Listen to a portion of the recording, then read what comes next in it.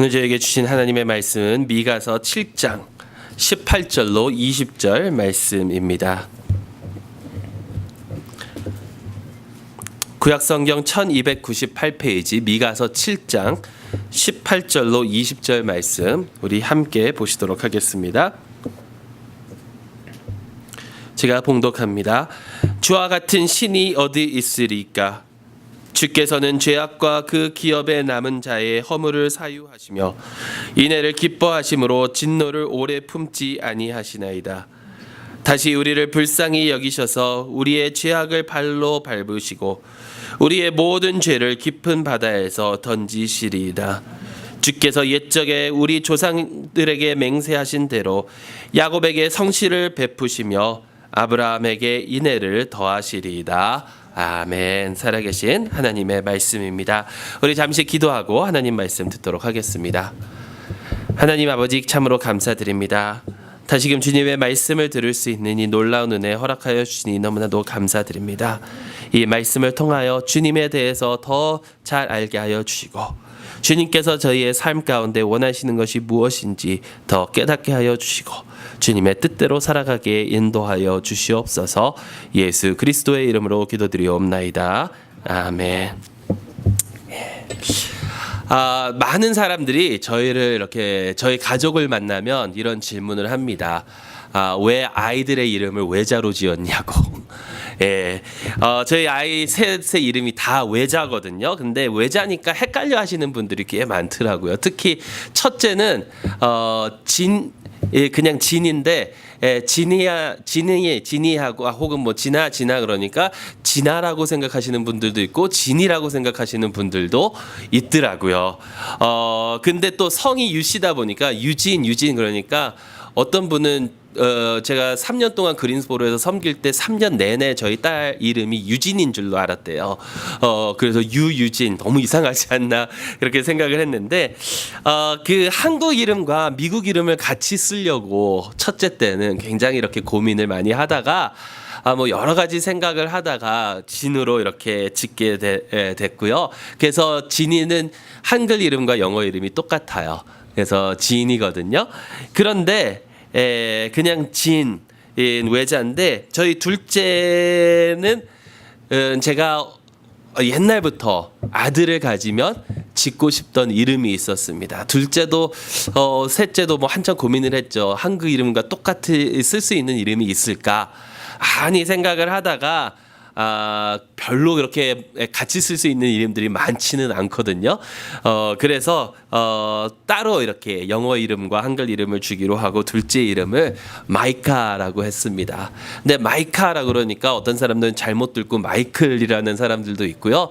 근데 마이클은 아니고 마이카입니다. 마이카가 영어 발음이고 한국 발음으로 미가죠. 미가 선지자의 이름을 따서 마이카라고 이름을 지었습니다. 그 이름을 그렇게 지게 된 그 이유는 신학교 때 그 배운 그 이름의 뜻 때문입니다.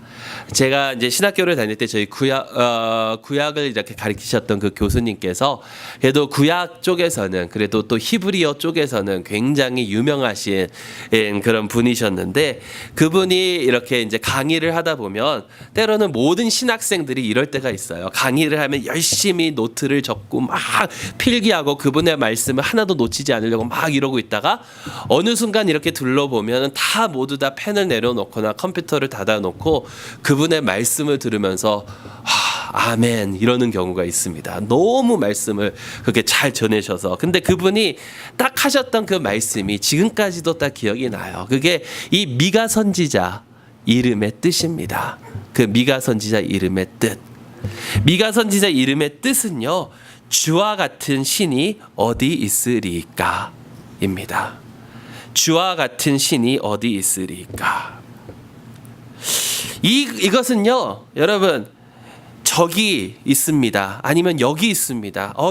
우리가 섬기는 신은 여호와와 비슷합니다. 이러려는 답을 들으려고 미가 선지자가 외쳤던 것이 아니라 주와 같은 신이 어디 있으리까라고 던지는 질문은 이 세상에는 우리가 섬기는 하나님과 같으신 분이 전혀 계시지 않다라는 것을 선포하는 그런 말씀이다라는 것이죠. 여러분, 이 선포가 이 세상에는 그 어느 곳에서도 우리가 섬기는 하나님과 같은 신분은 없다라는 이 선포가 이 미가서의 처음과 맨 마지막에 이렇게 나온다라는 것입니다.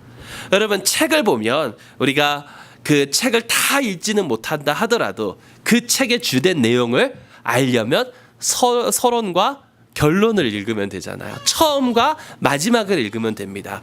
이와 같이 처음과 마지막에 나오는 내용이 중요합니다.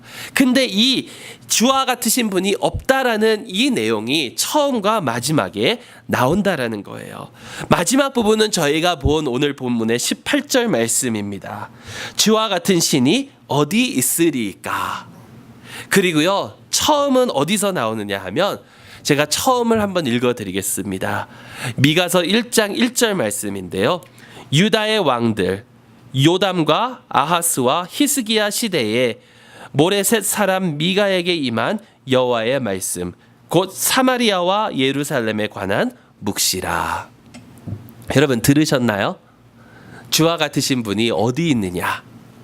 바로 이 이름에 속해져 있다라는 것입니다. 여러분, 주와 같으신 우리 주님과 같으신 신은 이 세상에 아무 곳에도 존재하지 않습니다. 어떤 사람들은 모든 종교는 같고 모든 신들은 다 똑같다라고 얘기를 하고 모든 종교의 목적이 다 같다고 얘기를 하지만 절대로 아니다라는 것입니다. 우리 하나님과 같으신 분은 이 세상에 전혀 없습니다. 여러분, 그렇다면 우리가 섬기시는 이 하나님, 이 여호와 하나님은 도대체 어떻게 다르신가? 이 세상에 다른 사람들이 섬기는 신들과는 어떻게 우리가 섬기시는 하나님이 다르시고 왜 이 세상에는 하나님과 같으신 분이 안 계신가? 우리 한번 살펴보도록 하겠습니다. 미가 선지자가 우리에게 전하는 우리 하나님에 대해서 우리가 더 깨닫게 되고 미가 선지자가 하나님에 대해서 무엇을 선포하는지를 알고 살펴보면서 왜 하나님과 같으신 분이 없다라고 미가 선지자는 이야기하고 있는지 우리 한번 살펴보도록 하겠습니다. 그 살펴보기 전에 여러분, 지난번에 말씀을 드렸죠. 미가서를 처음부터 끝까지 꼭 읽어 오시라고. 읽어 오신 분들은 아마 더 이해가 잘 가실 거고요. 안 읽어 오셨어도 이렇게 따라오실 수는 있을 겁니다. 그렇다면 우리가 계속해서 이제 인물별로 우리가 잘 보지 않는 그런 인물별로 가는데 다음 주는 말라기서입니다. 그러니까 말라기서 더 짧아요. 미가서보다 4장밖에 안 되거든요. 꼭 읽어오시기 바랍니다. 자, 미가 선지자가 선포하는 우리 하나님. 선지자는 예언하는 자이니까 예언은 미래에 대한 것을 말씀하는 것이 아니라 하나님에 대한 진리를 선포하는 것이니까 이 미가 선지자가 예언하고 있는 선포하고 있는 하나님은 어떤 하나님이신가? 이 하나님은요, 첫 번째로 공의의 하나님이십니다. 우리가 섬기는 이 하나님은 의로우신 분이시고요, 죄를 보지 못하시는 분이시고요, 반드시 죄를 심판하시는 공의로우신 하나님이 우리가 섬기시는 하나님이십니다. 죄를 너무도 미워하시는 분이 우리 하나님이시다라는 거예요.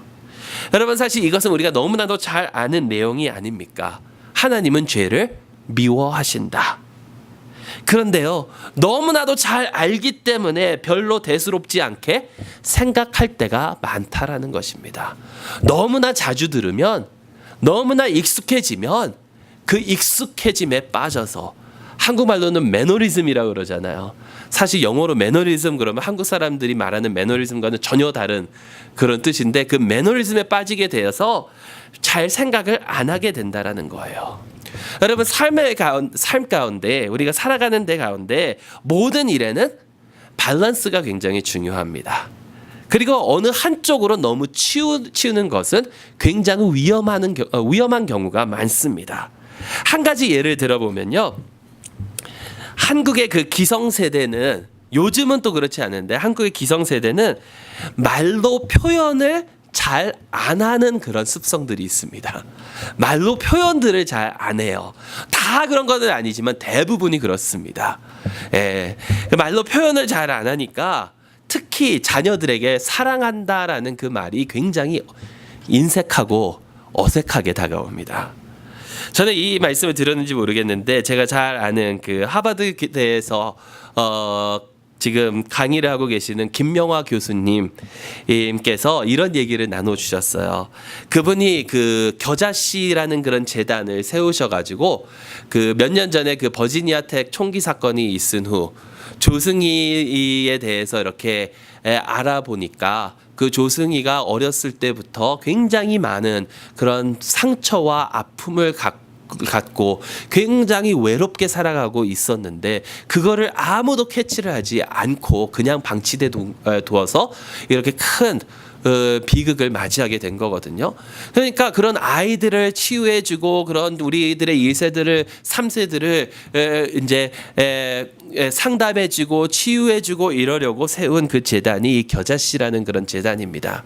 제 친구 목사들도 거기에 여러 명이 인버브가 돼 있는데 그 큰 수련회 같은 거를 해요. 수련회 같은 거를 하면서 거기서 아이들을 상담해주고 아이들의 치유를 받고 이러는 와중에 어느 한 중학생 정도 되는 아이가 남자아이가 아버지와 굉장히 많이 다투고 있었던 아이가 있습니다. 아버지와 엄청 그 관계가 안 좋고 아버지로부터 상처를 굉장히 많이 받았던 그런 아이예요. 근데 이 아이가 수련회에 와서 엄청 은혜를 받습니다. 하나님의 은혜로 말미암아 이 아이가 깨지면서 이 아이가 내가 아버지와 그 관계를 회복해야 되겠다. 아버지와의 그 관계, 말도 제대로 섞지도 않고 그러는 그 관계를 회복하고 정말 아버지와 사이좋게 지내야 되겠다라고 결심을 하게 됩니다. 그러면서 하려고 결심한 것이 무엇이냐면 수련회가 끝나고 집에 돌아가면 아버지에게 내가 아버지를 얼마나 사랑하는지 말로 표현을 해야지라고 결심을 해요. 수련회가 끝납니다. 집에 갑니다. 집에 딱 문에 쓰는데 저쪽 그 식탁에 아버지가 앉아서 신문을 이렇게 읽고 있죠. 신문을 보고 있는 아버지에게 딱 가서 쭈뼛쭈뼛 서가지고 굉장히 또 쑥스러우니까 다 부산 출신이어서 부산 남자들 그거 되게 못한다고 그러잖아요. 굉장히 막 쑥스러운 그런 마음에 한참 고민을 하다가 Dad, I love you 딱 그랬대요. 아버지가 갑자기 딱 멈추더니 딱 처음 뱉었던 말이 가서 공부해 이 말이었대. 김명화 교수님 얘기를 들어보니까 이 아이가 나중에 더 상처를 받아가지고 더 많은 상담을 받아야 되고 참 사랑한다고 말 못하잖아요.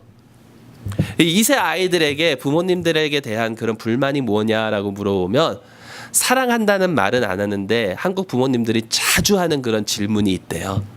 그게 뭔지 아세요? 특히 멀리 떨어져 있는 자녀들에게 한국 부모님들이 항상 하는 얘기. 밥 먹었니? 밥 먹었니? 왜 밥 먹었니만 얘기하느냐고. 근데 여러분 사실 밥 먹었니라는 것은 못 먹던 시절에 자라왔던 그러한 분들의 최고의 그러한 질문 아니에요. 사랑한다는 그 표현 아니에요. 근데 2세 아이들은 너무도 풍족하게 자라다 보니까 그런 것을 이해할 수가 없죠. 근데 요즘에는 또 반대로 너무 사랑한다는 얘기를 너무 자주 하는 것 같아요. 사실 툭하면 사랑합니다. 툭하면 사랑합니다. 사랑합니다. 사실 교회에서도 사랑합니다 뭐 이렇게 인사하고 그러는데 그게 잘못됐다라는 게 아니라 어떨 때는 사랑합니다라는 그 말을 우리는 너무 남발한다라는 거예요. 어떤 사람은요 그 남자아이는 제가 아는 아이는 여자를 봤다 하기만 하면 사랑합니다 사랑합니다 사랑합니다 그래요. 자기랑 사귀어달라고. 아무도 안 사귀어주더라고요. 왜냐하면 너무 남발하게 되면 여러분 어떻게 되는지 아십니까? 진정한 사랑의 의미를 잃고 살아가게 돼버린다는 겁니다. 너무 안 해도 안 되지만 너무 하게 되면 그거는 어떠한 상대방으로 하여금 어떻게 받아들이게 되냐면 진정한 그 사랑을 하기 위해서 그 사랑이 요구하고 있는 그 대가들을 치르지 않고 말로만 하게 되는 그렇게 상대방이 받아들이게 된다는 거예요. 하나님을 사랑한다 사랑한다 사랑한다 하면서도 하나님을 사랑할 때에 내가 치러야 되는 대가를 치르지 않고 하나님 저 하나님 사랑합니다 라고 말로만 립 서비스만 된다라는 거예요. 그런데 반대로요. 사랑한다라는 것 외에 미워한다라는 것도 똑같습니다. 미워한다라는 것도 똑같이 받아들여진다라는 거예요. I hate you라고 외치는 아이들이 굉장히 많아요. 부모님께 화가 나서 아니면 친구들과 싸워서 여러 가지 이유들로 I hate you, I hate you, I hate you 뭐 이렇게 얘기하는, 특히 그 중2병에 걸린 여자 아이들이 많이 그런다고 그러는데, 여러분 그렇게 되면 그 hate이라는 그 단어, 미워한다라는 그 단어가 가지고 있는 그 뜻을 상실하게 된 것이 요즘 현실이라는 거예요. 그러다 보니까 제가 이 말씀을 드리는 이유는, 그러다 보니까 하나님께서 죄를 미워하신다라는 것을 우리가 너무도 많이 들어봤고 머릿속으로는 알지만 그 말의 진정한 의미를 모르고 살아간다라는 것입니다. 그 하나님께서 죄를 미워하신다, 싫어하신다라는 그 진정한 의미를 모르고 살아가니까 똑같은 죄를 반복해서 지으면서 살아가는 것이 아니냐라는 거예요. 여러분, 하나님께서 죄를 미워하신다는 것은 단순히 내가 저 사람 별로 안 좋아해 이런 수준이 아닙니다. 내가 저 행동 별로 안 좋아해 이런 수준이 아니라는 거예요. 하나님께서 죄를 미워하시는 것은요, 하나님께서는 죄를 용납하실 수 없고 죄가 그분 앞에 있으면 그분에게서 불이 나와서 그것을 불살라 심판하시는 것이 하나님께서 죄를 싫어하시는 그런 모습이다라는 겁니다. 여러분, 오늘 미가서는요, 하나님께서 사마리아와 유다에게 주시는 말씀이라고 했습니다. 근데요, 이 말씀의 절반 이상이 그 사마리아와, 그러니까 북이스라엘과 유다가 지은 그 그들의 죄에 대한 심판의 말씀이다라는 거예요. 특히 북이스라엘과는 비교할 때에 나는 상대적으로 괜찮아라고 생각하고 있었던 그 유다에게 너희 또한 사마리아와 별 다를 것이 없다라고 경고하시는 말씀이 이 미가서의 내용이다라는 겁니다. 사마리아에게 곧 들이닥칠 그 멸망이 유다에게도 지금 다가오고 있다라는 거예요. 근데 여러분, 우리는 어떻게 생각하면서 살아갑니까? 아, 하나님께서 죄를 별로 안 좋아하시는구나. 죄를 별로 좋지 않게 생각하시는구나. 이 정도로밖에 생각하지 않느냐라는 겁니다.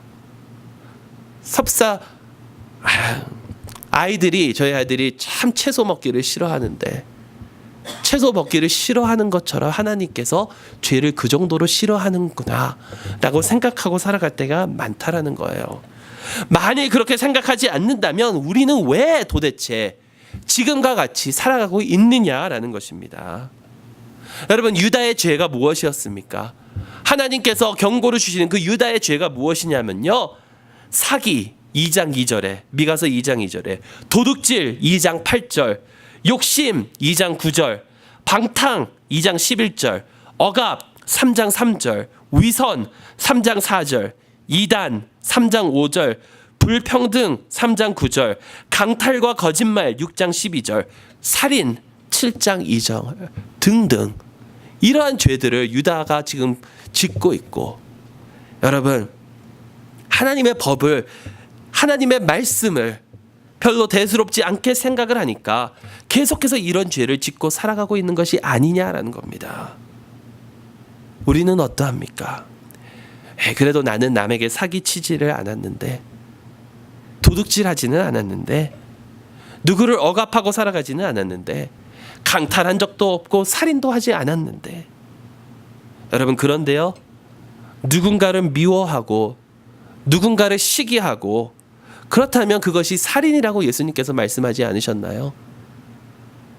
내 욕심을 채우기 위해서 남을 깎아내리고 남을 이용하거나 혹은 가난한 자들을 돌보지 않는 그러한 삶을 하나님께서는 미워한다고 하시지 않았냐는 겁니다. 이런 이야기를 들으면 그래도 나는 해당이 안 되고 저기 저 사람, 저 아무개가 들었어야 되는데 라고 이렇게 생각이 든다면, 그렇게 생각하는 것조차도 내 마음속에 위선이 아니냐라는 겁니다. 왜 이렇게 살아가고 있습니까? 하나님의 말씀이 별로 대수롭지 않고 하나님께서 정말 죄를 미워하시는가 의심이 들어서 그런 것이 아니냐라는 거예요. 여러분, 하나님께서는 죄를 미워하시고 그 죄를 반드시 심판하실 것입니다. 그리고 그것이 바로 미가서의 내용입니다. 1장 1절부터 2장 11절, 그리고 3장 1절부터 12절, 그리고 6장 1절부터 16절, 이렇게 많은 분량을 통해서 하나님께서는 유다에게 심판의 메시지를 전달하고 계신다라는 겁니다. 하나님은 공의로우신 분이시기 때문에 죄를 반드시 심판하실 것입니다. 그런데요, 여러분, 우리 하나님이 다른 신들과 다른 이유는 또 있습니다. 공의의 하나님, 죄를 미워하시는 하나님께서 다른 이 세상들의 신들과 다른 그 이유는 이 하나님께서는 또한 은혜의 하나님이시고 사랑의 하나님이시기 때문입니다. 오늘 본문 말씀을 다시 한번 보시기 바랍니다. 주와 같은 신이 어디 있으리까? 주께서는 죄악과 그 기업에 남은 자들의 허물을 사유하시며 이내를 기뻐하심으로 진노를 오래 품지 아니하시나이다. 다시 우리를 불쌍히 여기셔서 우리의 죄악을 발로 밟으시고 우리의 모든 죄를 깊은 바다에 던지시리이다. 주께서 옛적에 우리 조상에게 맹세하신 대로 야곱에게 성실을 베푸시며 아브라함에게 인애를 더하시리이다. 은혜로우신 하나님, 사랑하시는 하나님, 인애를 더하시는 하나님, 죄를 미워하시지만 죄인들을 사랑하시고 용서하시는 하나님. 여러분, 이 세상에 이와 같은 하나님이 도대체 어디 계신단 말씀입니까? 미가가 선포한 말씀에 심판의 메시지가 있고요. 그 심판의 메시지를 바로 뒤따르는 내용들이 무엇이냐면 하나님께서 저희에게 주시는 하나님의 은혜에 대한 소망의 메시지다라는 거예요. 2장 12절과 13절, 4장 1절부터 5장 15절, 그리고 7장 8절부터 마지막 20절 말씀까지 하나님께서는 심판의 메시지를 주시고 바로 그 다음에 이어서 하나님의 사랑의 메시지를 저에게 전해주시고 계신다라는 겁니다. 이스라엘과 유다가 죄로 말미암아 심판을 받고 멸망이 반드시 되겠지만 하나님께서는 그들을 심판하시기 전에 먼저 회개의 기회를 주시고요. 또 그 심판 가운데 그들 가운데 소수를 남겨두시겠다고 약속하고 계십니다. 그리고 그 남겨진 소수의 그 인원들을 통하여 새로운 소망을 주십니다. 이 남겨진 자들의 후손들을 통하여 새로운 왕을 보내주실 것이다라고 하나님은 약속하고 계십니다. 미가서 2장 13절의 말씀을 들으십시오. 길을 여는 자가 그들 앞에 올라가고 그들은 길을 열어 성문에 이르러서는 그리로 나갈 것이며 그들의 왕이 앞서가며 여호와께서는 선두로 가시리라. 여러분, 여기서 말씀하고 있는 그들을 앞서가는 이 왕은 바로 우리 주 예수 그리스도시다라는 겁니다. 이 왕에 대해서 미가는 예언하고 있습니다. 미가서 5장 2절에 베들레헴 에브라다야, 너는 유다 족속 중에 작을지라도 이스라엘을 다스릴 자가 내게서 내게로 나올 것이라. 그의 근본은 상고에 영원에 있느니라. 여러분, 하나님께서 우리를 사랑하시기 때문에, 하나님께서 우리를 너무도 사랑하시기 때문에 우리가 지은 죄를 위하여 이 땅에 하나뿐인 독생자 예수 그리스도를 보내주셨습니다. 자신의 아들마저도 이렇게 보내주시는 그런 신이 이 세상에 과연 어디 있습니까? 예수님께서는 이 땅에 오셔서 우리가 마땅히 살아야 할 삶을 대신 살아주셨습니다. 그리고 우리가 마땅히 받아야 할 주님의 심판을 대신 십자가 위에서 대신 받아주셨습니다. 그리고 우리에게 새로운 생명을 허락하여 주셨습니다. 도대체 이렇게 자비로우시고 이렇게 은혜로우신 하나님이, 신이 과연 어디에 있겠습니까? 여러분, 이런 크신 하나님의 사랑을 아시기 바랍니다. 이 크신 하나님의 사랑이 여러분 마음속에 충만하기를 간절히 소망합니다. 그리고 이런 하나님의 사랑을 우리가 안다면, 정말 이 하나님의 사랑을 우리가 안다면 하나님께서 요구하시는 대로 살아야 될 줄로 믿습니다. 하나님께서는 무엇을 요구하십니까? 미가서 6장 6절에서 8절 말씀은 이렇게 전하고 있습니다. 내가 무엇을 가지고 여호와 앞에 나아가며 높으신 하나님께 경배할까? 내가 번제물로 1년 된 송아지를 가지고 그 앞에 나아갈까? 여호와께서 천천의 순양이냐 만만의 강물 같은 기름을 기뻐하실까? 내 허물을 위하여 내 맏아들을 내 영혼의 죄로 말미암아 내 몸의 열매를 드릴까? 사람아, 주께서 선한 것이 무엇임을 내게 보이셨나니 여호와께서 내게 구하시는 것은 오직 정의를 행하며 인자를 사랑하며 겸손하게 내 하나님과 함께 행하는 것이 아니냐. 여러분, 우리를 대신하여 이 세상에서 우리가 마땅히 살았어야 할 삶을 살아가셔 주신 예수 그리스도는 정의를 행하며 인자를 사랑하며 또한 겸손하게 하나님과 함께 동행하신 분이십니다. 그런 예수 그리스도의 은혜를 힘입어 이와 같이 살아갈 수 있는 저와 여러분들이 될 수 있기를 바랍니다. 그리고 그렇게 살아감으로써 우리의 삶을 통하여 주와 같은 신이 어디 있으리까 선포하며 주님께 영광 돌리실 수 있기를 주님의 이름으로 축원합니다. 기도하겠습니다. 하나님 아버지, 감사합니다. 저희를 사랑하여 주시는 하나님, 저희가 죄를 지었지만 그 죄를 심판하시기를 아버지를 위하여 예수 그리스도를 대신 이 땅에 보내주시고 저희를 대신하여 심판을 받게 하여 주신 하나님, 주님의 은혜에 너무나도 감사드립니다. 그런 주님의 은혜를 아는 자들로서 그렇게 주님 예수 그리스도의 희생으로 말미암아 주님의 백성이 된 자들로서 정말 오직 정의만 행하며 인자를 사랑하며 겸손하게 하나님과 걸을 수 있는 믿음 허락하여 주시옵소서. 예수 그리스도의 이름으로 기도드리옵나이다. 아멘.